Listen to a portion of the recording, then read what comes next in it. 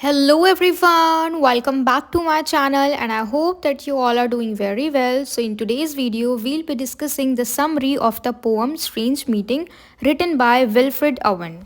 And if you want to see the detailed explanation of this video, like line by line explanation of this poem and introduction to the poet, introduction to the poem, background of the poem and themes of this poem, then I have created two separate videos on this topic. You can get the link in the description box. We'll discuss the summary in 5 points. So let's begin this video without any further delay. So the first point is the speaker meets a soldier in a trench who reveals that he was killed by the speaker during the war.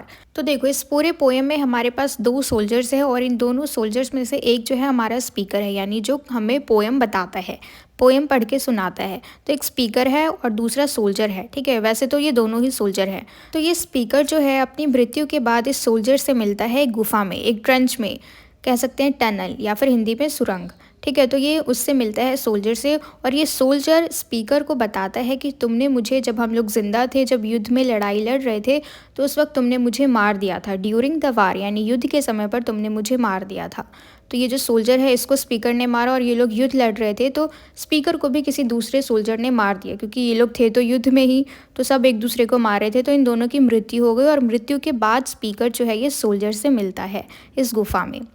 दूसरा point, both soldiers, though enemies, shared the same suffering and regret over the pointless violence of war. तो ये देखो ये दोनों ही soldier है और हालांकि ये दोनों ही दुश्मन थे, ठीक है, यानी एक दूसरे के दुश्मन थे, क्योंकि ये दोनों एक दूसरे के खिलाफ युद्ध में लड़ रहे थे, तो ये दोनों ही दुश्मन थे। लेकिन मृत्यु के बाद, क्योंकि अब इनकी मौत हो चुकी है, तो ये लोग अब उस वार का, उस युद्ध का हिस्सा नहीं है। तो ये दोनों ही सफरिंग को शेयर करते हैं, यानी एक दूसरे का जो दुख है, जो रिग्रेट है, उसको शेयर करते हैं, आपस में बातचीत करते हैं। और क्या बात करते हैं, पॉइंटलेस वायलेंस ऑफ वार, यानी कि मतलब कुछ था ही नहीं, कुछ पॉइंट ही नहीं है, इतना बड़ा जो युद्ध चल रहा है उसका कुछ मतलब ही नहीं है, इसमें सबकी बर्बादी ही हुई। थर्ड पॉइंट है, the soldier explains that soldiers on both sides are victims of deception and patriotism.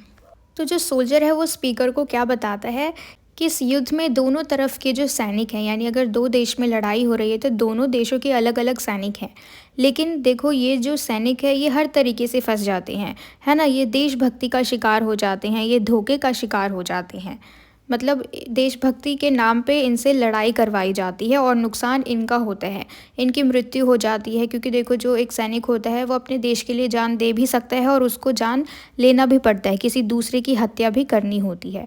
तो एक तरीके से ये सोल्जर क्या कहता है कि ये जो सोल्जर्स हैं, चाहे वो तुम्हारे साइड के हो, चाहे वो हमारे साइड के हो, चाहे वो हमारे देश के हो, चाहे वो तुम्हारे देश के हो, वो एक तरीके से विक्टिम बन के रह जाते हैं, धोखे के और पैट्रियटिज्म के नाम पे ये लोग विक्टिम बन के रह जाते हैं।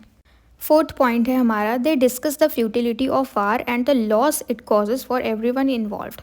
और वो इस विषय पर भी चर्चा करते हैं। फ्यूटिलिटी ऑफ वार का मतलब है कि व्यर्थ, एकदम वेस्ट था ये जो वार है, ये जो युद्ध है, ये किसी काम का नहीं था, इससे किसी का भला नहीं हुआ, बल्कि क्या हुआ, हमने कितना लॉस कर दिया, यानी युद्ध में सबका नुकसान ही होता है। तो एक तरीके से जो वार है, ये वायलेंस है, ये किसी काम का नहीं है।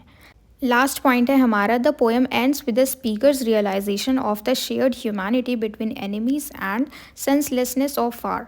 तो यहाँ पे देखो एक तरीके से जो स्पीकर है उसको रियलाइज़ होता है। शेयर्ड ह्यूमैनिटी का क्या मतलब है कि है तो वो लोग इंसान ही, मृत्यु के बाद उनको एहसास हो रहा है कि उन्होंने जो भी लड़ाई करी इससे किसका नुकसान हुआ, आखिर में उनका ही हुआ, मृत्यु उनकी ही हुई, उनके परिवार वालों ने उन्हें खो दिया। तो एक तरीके से वो लोग इस चीज़ को रियलाइज़ करते हैं। और भले ही वो लोग जब जिंदा थे तो एक दूसरे के दुश्मन थे, एक दूसरे के खिलाफ लड़ रहे थे, लेकिन मृत्यु के बाद उनको एहसास हुआ कि वो लोग अब युद्ध का हिस्सा नहीं है और जो भी नुकसान हुआ उनका ही हुआ, जो भी नुकसान होता है वो सोल्जर्स का ही होता है, वो सैनिकों का ही होता है, ठीक है। तो एक तरीके से ये जो वार है ये बिल्कुल सेंसलेस है, इसका कुछ मतलब नहीं है। तो आज की इस वीडियो में इतना ही। मुझे उम्मीद है कि आपको ये पूरी समरी अच्छे से क्लियर हो गई हो, and if so then please let me know in the comment box if you like this video and share it with your friends as well so that they can get help from it, and don't forget to subscribe my channel. And till we meet in the next video, keep learning.